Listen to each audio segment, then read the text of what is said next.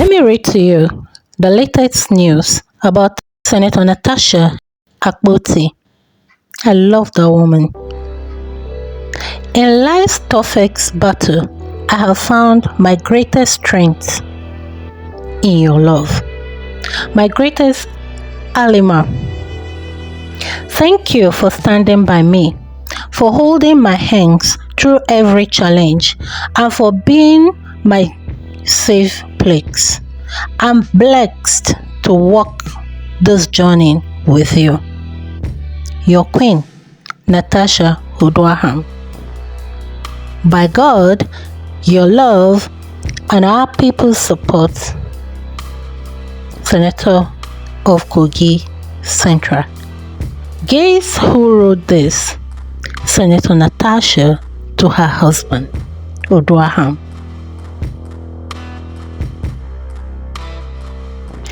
Mr. Uduaghan is a typical every woman's dream. I was born into a very polygamous family, so I can say I experienced polygamy firsthand. Polygamy has its good side and has its bad side. Let me tell you about the two sides.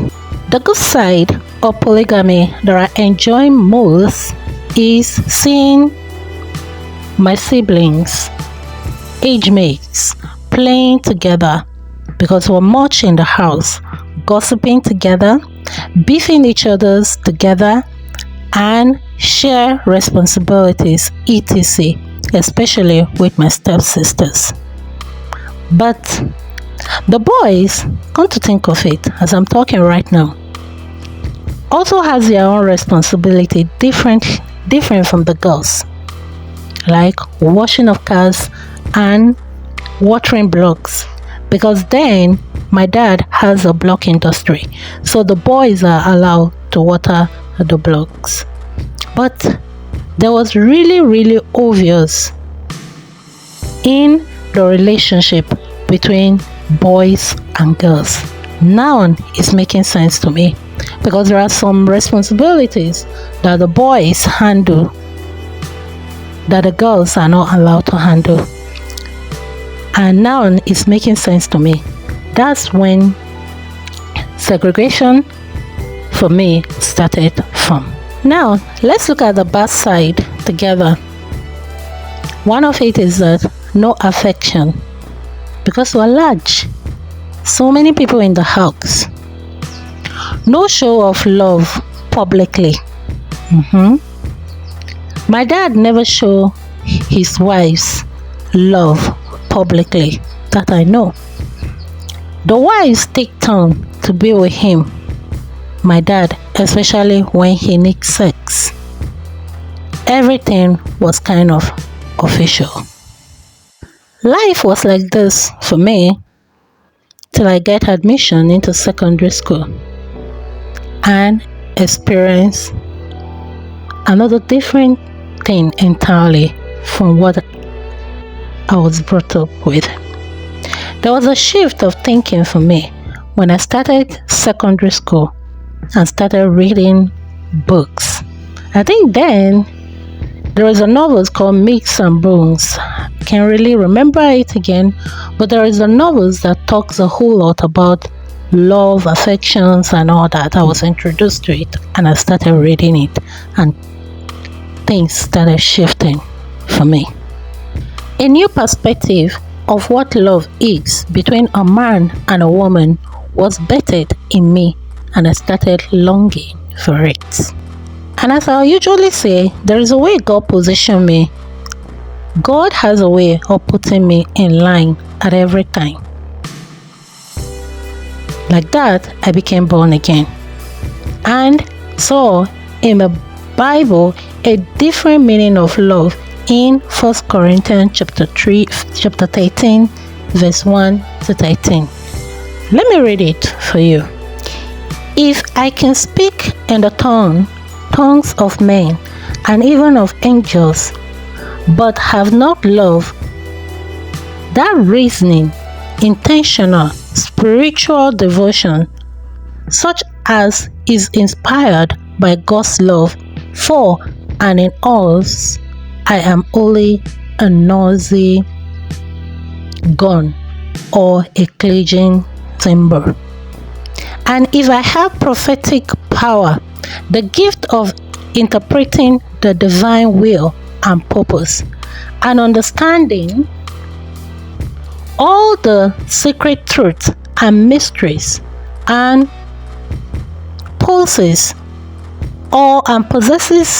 all knowledge, and if I have sufficient faith so that I can remove mountains, but have not love, God's love in me, I am nothing, a useless body.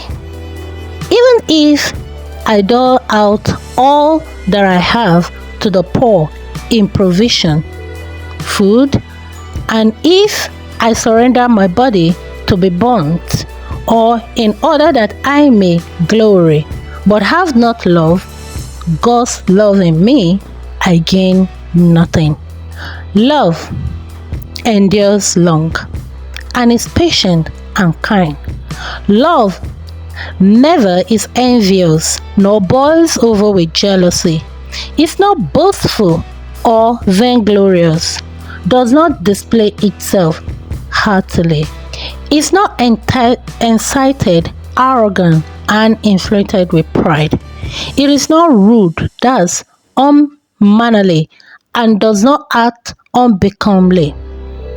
Love, God's love in us, does not insist on its own right or its own way, for it is not self-seeking, it is not touchy or frightful or resentful.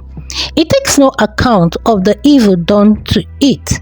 It pays no attention to a suffered wrong. It does not rejoice at injustice and unrighteousness, but rejoice when right and truth prevail. Love bears up under anything and everything that comes, is ever ready to believe the best of every person. Its hopes are faithless under all circumstances, and it endures everything without weakening. Love never fails, that is, never fades out or becomes obsolete or comes to an end. As for prophecy, the gift of interpreting the divine will and purpose, it will be fulfilled and pass away. As of tongues, they will be destroyed and cease. As for knowledge, it will pass away, it will lose its value and be superseded by truth.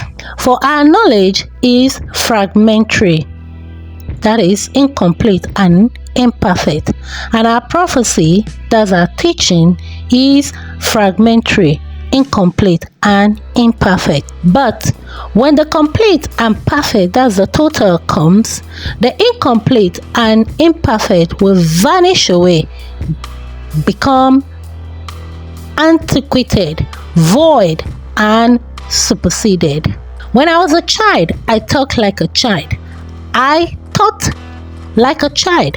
I reason like a child.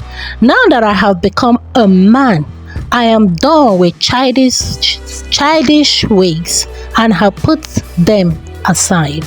For now, we are looking in a mirror that gives only a dim, that's blurred, reflection of reality, as in a riddle or enigma. But then, when perfection comes, we shall see in reality and face to face.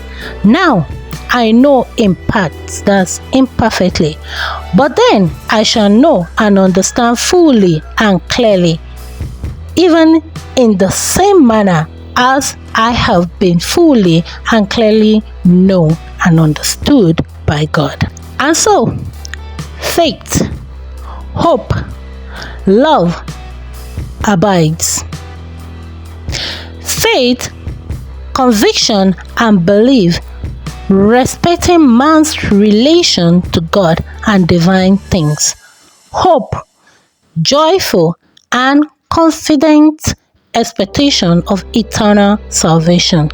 Love, true affection for God and man, growing out of God's love for and in us. These three, but the greatest of these three is love. So, this is what the Bible says concerning love. This kind of love described in the Bible from 1 Corinthians chapter 13, reading from verse 1 to 13, is fulfilled by Mr.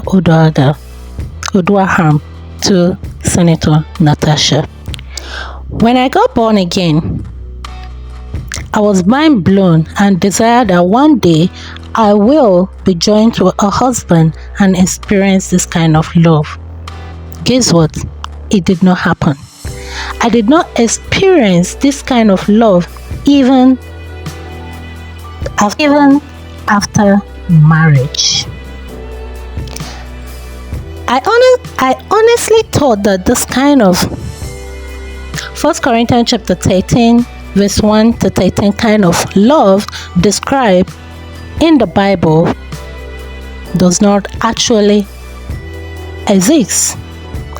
Then Senator Natasha and her husband happened and proved me wrong.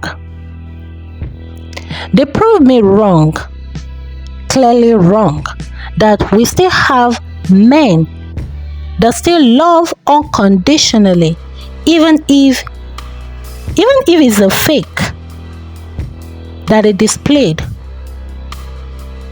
But what is seen in display is what emulating by any man. And I'm talking about the display of love Mr. Oduaham displayed towards Senator Natasha, especially in her trying time, is what emulating. Her husband's show and showers of love gave her strength in her trying time, and this keep her moving. This is what this generation women want, and this generation men should learn from Mr. Oduaham. You may ask, why this video? Senator Natasha displayed of her gratitude towards her husband after the battle is won is what really amazed me also again. This is how a real virtuous woman honors and respects her husband when he clearly loves her unconditionally. It's not something to demand for.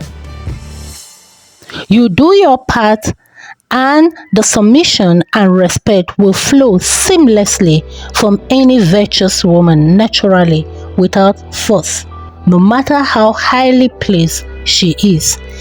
Imagine a senator of the Federal Republic of Nigeria displaying her gratitude to her husband the way Senator Natasha did. That's a virtuous woman.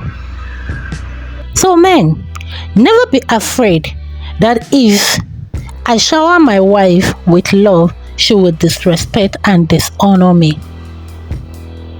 At last, you have a clear reference point to point and silence other men that say and see otherwise. Share this video for many men to start relating with their wives differently without fear of her disrespecting and dishonoring them.